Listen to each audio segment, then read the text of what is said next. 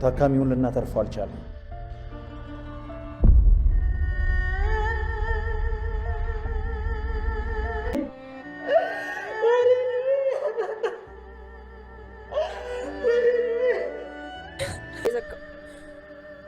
እሱ ቢኖር ኖሮ ሳሚን ቶሎ ብለን ሆስፒታል ይዘን እንመጣ ነበር። የሆነ ነገር ከሆነ እሱን አንደኛ ተጠያቂ። እሱ ቢኖር ኖሮ ሳሚን ቶሎ ብለን ሆስፒታል ይዘን እንመጣ ነበር። ተረጋጊ በቃ ብለኝ። አንተ ደደብ ምን ልታረጋት ነበር? ልትገላት? እገላለሁ የማትረባ አንተ ማትረባ።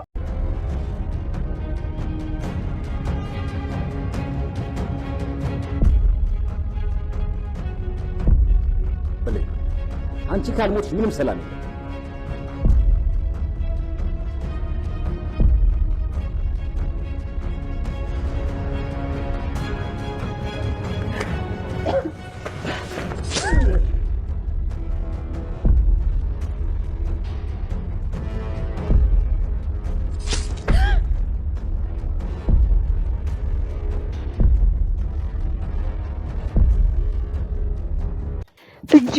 እጅግ የሚያሳዝን እጅግ ልብ የሚሰብር ጉዳይ። ለፍቅር ሲል ተሰዋ፣ ለፍቅር ሲል ተወጋ፣ ለፍቅር ሲል ተጎዳ።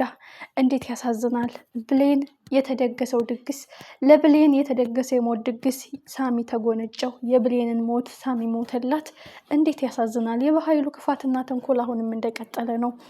ለብሌን የተሰነዘረው ቢላዋ የሳሚን ሕይወት ነጥቋል። ሳሚ ሞተ የሚለው ዜና ስንቶቻችሁ አምናችኋል? ወይስ ሳሚ አሁንም በከፍተኛ ሕክምና ክትትል ውስጥ ስለሆነ ከዛ ሆስፒታል አገግሞ እስካልወጣ ድረስ በኃይሉ እንደሚገለው ስለሚያውቅ እስከሚያገግም ድረስ ብሌንን ለመጠበቅ ብሌንን ለመታደግ በኃይሉን ለማስደነገጥ ሞቷል የሚለውን ዜና ያስነገረ የሰማ ይመስላችኋል ወይስ? እጅግ አሳዛኝና ልብ ሰባሪ ዜና። ሰላም የተከበራችሁና የተወደዳችሁ ውድ ቤተሰቦች ሰላማችሁ ይብዛልኝ። ዳግም ዛሬ ከባድ ተሰርቷል። የቃል ተንኮልም ተጋልጧል። ዳግም መጣሁልሽ፣ ጥፋትሽ ነው፣ በቃ መጣሁ ብሎ እንኳን ቢያነሳላት የምትፈልገውን ቢሰማ ሳሚ ብሌን እንዳለችው ህይወቱ አያልፍም ነበር። የእውነት ሞቶ ከሆነ በጣም ያሳዝናል። ብሌን አሁን በከባድ ጸጸት ውስጥ ነው ያለችው። በጣም ያሳዝናል። ሳሚም እንዳሰበው ሆኗል። ለብሌን በኃይሉ አይተኛላትም። ብቻዋን ካገኛት ቀጥታ ይገላታል እንዳለው ብሌንን ቀጥታ ሳሚ ባይደርስላት የብሌን ህይወት ነበር የሚነጠቀው። በጣም ያሳዝናል። ግን ፍቅር ኃያል ነው። ለእሷ ሲል ተወጋ። ፍቅር ብርቱ ነው። ለእሷ ሲል ሞትን ጽዋ ተጎነጨ። የቃል ክፋትና ተንኮል አሁንም እንደቀጠለ ነው። ብሌን ወደ እናቷ የእርዳታ ስልክ ስትደውል ሳታነሳ በመቅረቷ የሳሚ ህይወት የመትረፍና ያለመትረፍ ህይወት ላይ ነው የወሰነችው። ሰላም ካሁን በኋላ ዝም እየተባሉ ወንጀላቸውን ጸጥ እየተባሉ እንደዚህ ያፋፋሙትና ያስረዘሙት። በኃይሉም በሚቀጣው ቢቀጣ። ሌላው ይቅርና አልማዝ በህይወት እያለች እንዳለች እንደሞተች አስመሰው የሰሩት ስራ ወንጀል አይደለም ይሄ? ለምን ደግሞ አትከሰው ሰላም? በጣም ያሳዝናል። አንዳንድ ጊዜ በህይወታችን ከርነስ የምንላቸው ንቀን የምንተዋቸው ጉዳዮች በቃ የማይመለስ ህይወት የማይተካ ነፍስ ነው የሚያሳጡን።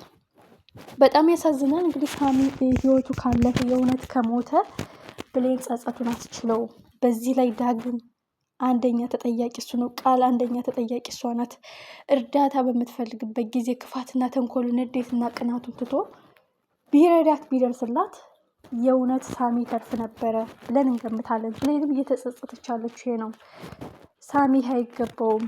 ሳሚ ለፍቅር ሲል ተሰዋ፣ ለፍቅር ሲል ተወጋ፣ ለብሌን ሲል ተጎዳ። በጣም ያሳዝናል። ወይዘሮ ገነት እንግዲህ ቃልን ከሰላም ጋር ለማስታረቅ የሄደችበት ርቀት የቃል አስመሳይነት ተገልጿል። ቃል ምንም ቢሆን አትቀየርም። አንቺ የጠረጠርሽውን ጠረጠርሽ፣ አንቺ የገመትሽ እኔ የገመትኩትን ገመትሽ እንዳለው ሳሚ ቃል ወደዛ ቤት መልሳ ልትበቀላቸው እንዳይነሱ አድርጋ ድባቅ ልትመታቸው እያንዳንዱን ዶክሜንት ልታጠፋባቸው ነው እንጂ በፍጹም ቃል አትቀየርም። ሰላም ካሁን በኋላ አቋም መያዝ አለባት። ለእያንዳንዱ ጥፋታቸው ክስ መስርታ ማስፈረድ አለባት። በኃይሉ ይህን ሁሉ ወንጀል፣ ይህን ሁሉ ግፍ፣ ይህን ሁሉ ኃጢአት እየሰራ ለምንድን ነው ክስ የማይመሰረትበት? ሳሚ ባይደርስላትስ? እጅግ ያሳዝናል። በጣም ሳሚ ከሞተ በጣም ልብ ይሰብራል። የብሌን ልብ ጸጸት፣ ቁስል ለመገመት ይከብዳል። በዛ ላይ በአንድ ድንጋይ ሁለት ወፍ ነው ብሌን አሁን ሁሉንም ግልጽ የሆነላት። አንድ ሳሚ ለእሷ ሲል ተወጋ፣ እሱ ባይደርስላት እሷ ሟች እንደሆነች ተረድታለች። ሁለት ዳግም ቅናቱ እስከ ጥግ ድረስ እየሄደ እንደው ተረድቷል። ቢያንስ አንድ የደወለችለት ቅናት ነው፣ ሁለተኛ ደወለችለት ምንድን ነው ብሎ ለምን አልሰማትም? ይህ እሱ እንደገደለው ማረጋገጫ ነው። ብሌን አሁን ሁሉም ጥላቶቿ ናቸው። ቃልም እንዳልተለወጠች እና ዜናውን ሰምታ እናቴ ድረሽልኝ እያለች እየተናገረች ብሌን ይህን ዜና ሰምታ ዝም ማለቷ ሳሚ እንዲሞትላት መፍረዷ ነው፣ እንዲሞትላት መፈለጓን። ይሄ ሁሉ በጣም በጣም ያሳዝናል፣ በጣም ልብ ይሰብራል። ወይዘሮ ሰላም ካሁን በኋላ ትክክለኛ ልጄ ሳሚ እንዳለኝ ብሌን ናት ብላ አቋሟን ይዛ ምርመራ የምታካሄድበት ነው እንጂ ቃል ተለወጭ አልተለወጭ መልካም ጸባይ ይኖርሽ አይኖርሽ እያለች የምትለማመጥበት አይደለም። አሁንም ጥላቷን ወደ ቤት መልሳ እያስገባቻት ነው። የዳግም ቅናትና ልክ ደግሞ በዛ።